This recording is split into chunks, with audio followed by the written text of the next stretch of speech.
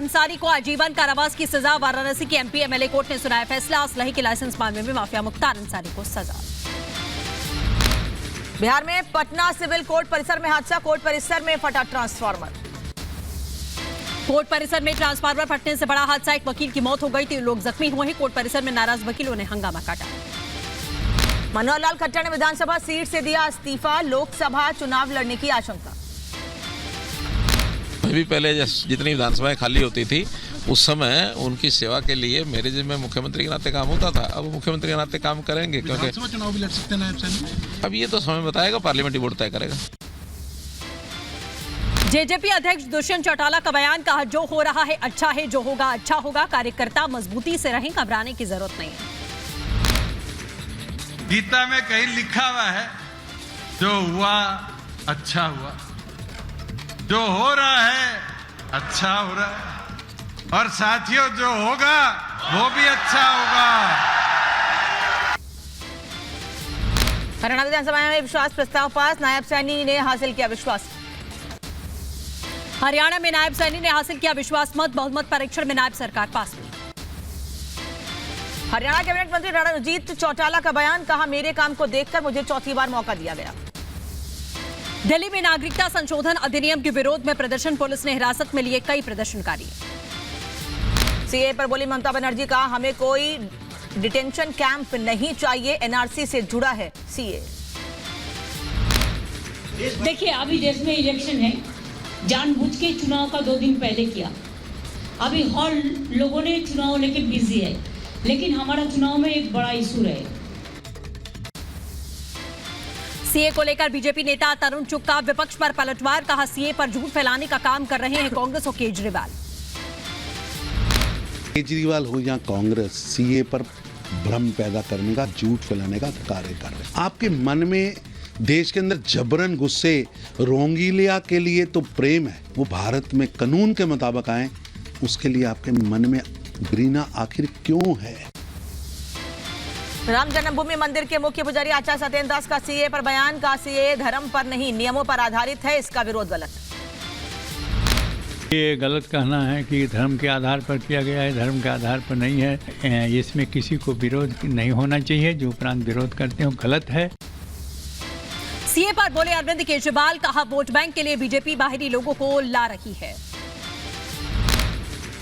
BJP की केंद्र सरकार का कहना है कि 3 देश, बांग्लादेश, पाकिस्तान और अफगानिस्तान, इन 3 देशों के अल्पसंख्यक जो हैं वो अगर भारत की नागरिकता लेना चाहें तो उन्हें भारत की नागरिकता दे दी जाएगी। केजरीवाल के बयान पर रविशंकर प्रसाद का पलटवार। कहा सीए के नाम पर सांप्रदायिक उन्माद न फैलाएं, सीए से देश के नागरिक का संबंध नहीं। सीए के नाम पर सांप्रदायिक उन्माद फैलाने वालों से मैं एक ही बात कहना चाहूंगा, कृपया करके झूठ का व्यापार करना बंद करें। सीए कानून का हिंदुस्तान के किसी भी नागरिक के बारे में कोई संबंध नहीं है। अरविंद केजरीवाल के बयान पर मजिंदर सिंह सिरसा का पलटवार। कहा सीए पर केजरीवाल का धर्म विरोधी रुख है, एक वर्ग के वोट के लिए विरोध कर रहे हैं। अरविंद केजरीवाल ने सीए को वापस लेने की बात कही। वापस न लेने पर बीजेपी के खिलाफ वोट करने की अपील की। सीए पर बोले रविशंकर प्रसाद। कहा किसी की नौकरी नहीं जाएगी, ना ही किसी की नागरिकता जाएगी। केजरीवाल ने सीए को देश के लिए बताया खतरा। का चुनावी फायदे के लिए सीए लाया गया। सीए लागू होने पर केंद्रीय मंत्री गिरिराज सिंह का बड़ा बयान। कहा सीए से दिक्कत नहीं होनी चाहिए, सीए नागरिकता छीनता नहीं है बल्कि प्रदान करता है। सीए पर मुख्तार अब्बास नकवी का बयान। का सीए पर अफवाह और डर फैलाया जा रहा है, विपक्ष कामयाब नहीं होगा। सीए पर कर्नाटक के सीएम सिद्धरामैया का बड़ा बयान। कहा कर्नाटक में लागू नहीं होगा कानून, बीजेपी ने चुनाव के लिए लागू किया ये कानून। सरकार के सीए लागू करने के फैसले पर सचिन पायलट का बयान। कहा यह तो पुराना कानून है, मुझे खुशी होती अगर सरकार जनता के हित में कोई कानून लेकर आती। सपा विधायक जियाउर रहमान बर्क ने सीए के खिलाफ में जताया विरोध, सुप्रीम कोर्ट जाने की बात कही। और बीजेपी आज दूसरी लिस्ट जारी करेगी। लोकसभा उम्मीदवारों की दूसरी लिस्ट आज आएगी, जिसमें महाराष्ट्र, कर्नाटक, तेलंगाना, मध्य प्रदेश, हिमाचल समेत कई राज्यों के उम्मीदवारों के नाम होंगे। सृष्टि बिल्कुल, तो ये बड़ी खबर आपको बता दें कि मंथन हो चुका है। सीईसी की बैठक थी जिसमें तय किया जा चुका है और लोकसभा उम्मीदवारों की दूसरी सूची बीजेपी की ओर से जारी की जाएगी और आज संभावना जताई जा रही है कि दूसरी लिस्ट बीजेपी की ओर से जारी की जा सकती है। शाम तक की ये संभावना है और मंथन लगातार इन राज्यों को लेकर किया गया है। लोकसभा उम्मीदवारों की दूसरी सूची, दूसरी लिस्ट में कौन कौन से वो नाम होंगे, कौन कौन से वो चेहरे होंगे, अपने आप में कहीं ना कहीं ये भी सवाल है क्योंकि एक बड़े मंथन, बड़ी बैठक के बाद में, पूरे रिसर्च के बाद में लिस्ट तैयार की जा रही है। पहली सूची में भी आपने उसकी एक झलक देखी और उसके बाद आज बीजेपी दूसरी सूची का ऐलान कर सकती है। उसमें कई नाम शामिल हो सकते हैं। अलग अलग राज्यों पर मंथन इसमें किया गया।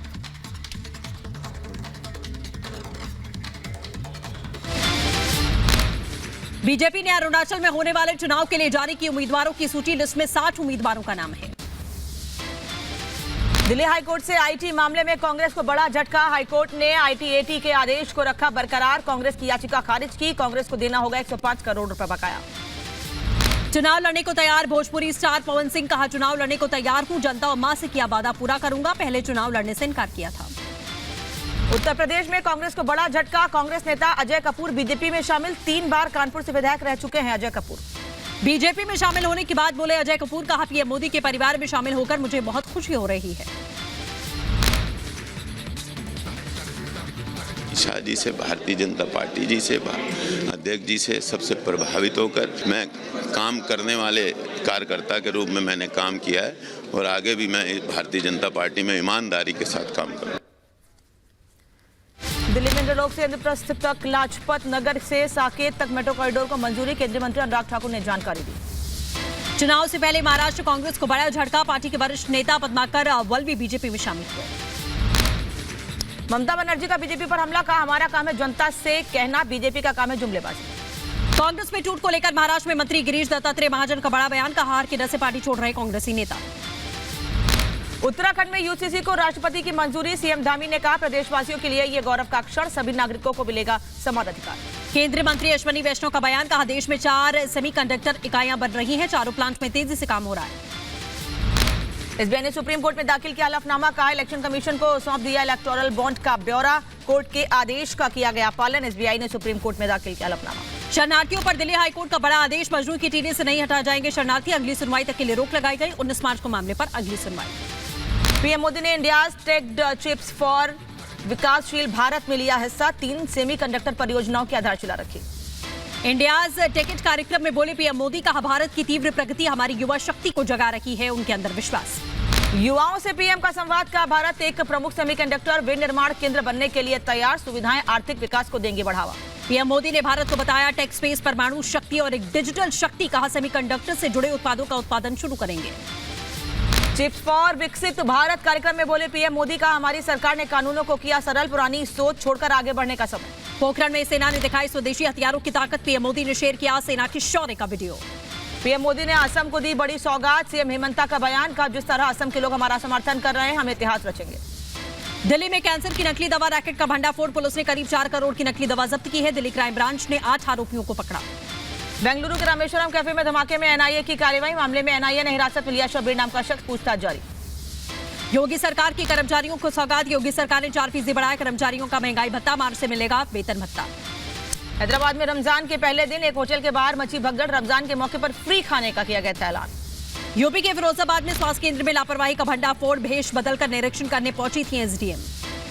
उत्तर प्रदेश में अयोध्या में रामलला के दर्शन के लिए भक्तों की भीड़। दूर दराज से दर्शन करने के लिए पहुंच रहे श्रद्धालु। गुजरात के गांधीनगर में नाद ब्रह्मा कला केंद्र का उद्घाटन। सीएम भूपेंद्र पटेल ने केंद्र का उद्घाटन किया। तेलंगाना में अज्ञात महिलाओं ने जुबली हिल्स बीआरएस पार्षद पर किया हमला। पुलिस ने हमलावरों के खिलाफ मामला दर्ज किया। लखनऊ में सपा कार्यकर्ताओं की भूख हड़ताल। महंगाई बेरोजगारी को लेकर भूख हड़ताल पर बैठे समाजवादी पार्टी के कार्यकर्ता।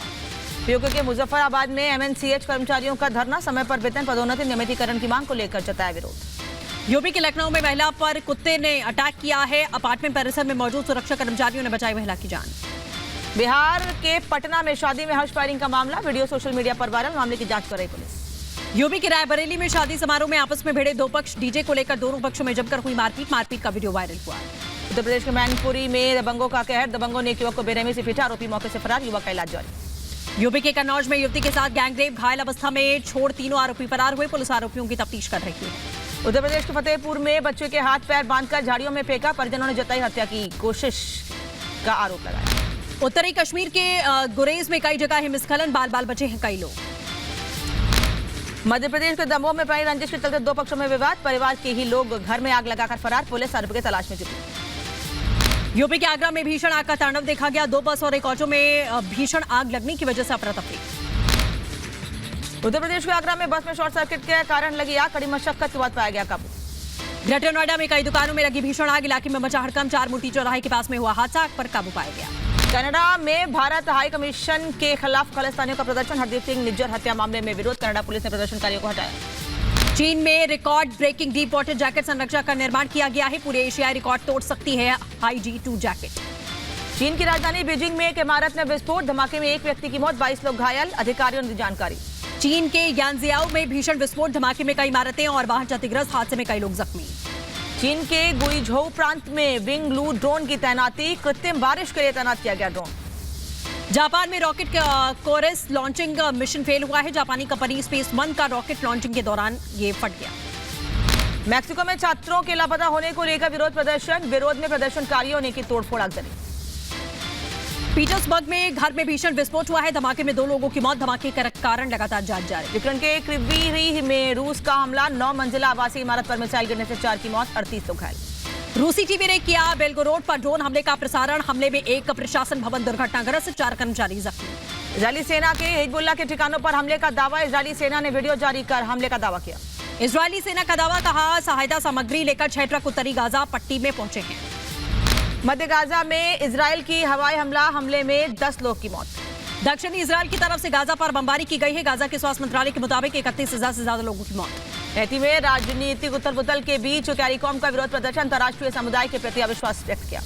यूरोपीय संघ का संयुक्त राष्ट्र सुरक्षा परिषद में यूक्रेन गाजा पर बयान, कहा यूक्रेन और गाजा दोनों में मानवीय संकट। राष्ट्रपति चुनाव के लिए बाइडेन ने पार्टी के पर्याप्त प्रतिनिधियों का समर्थन किया हासिल, चुनाव में ट्रंप से होगा बाइडेन का सामना।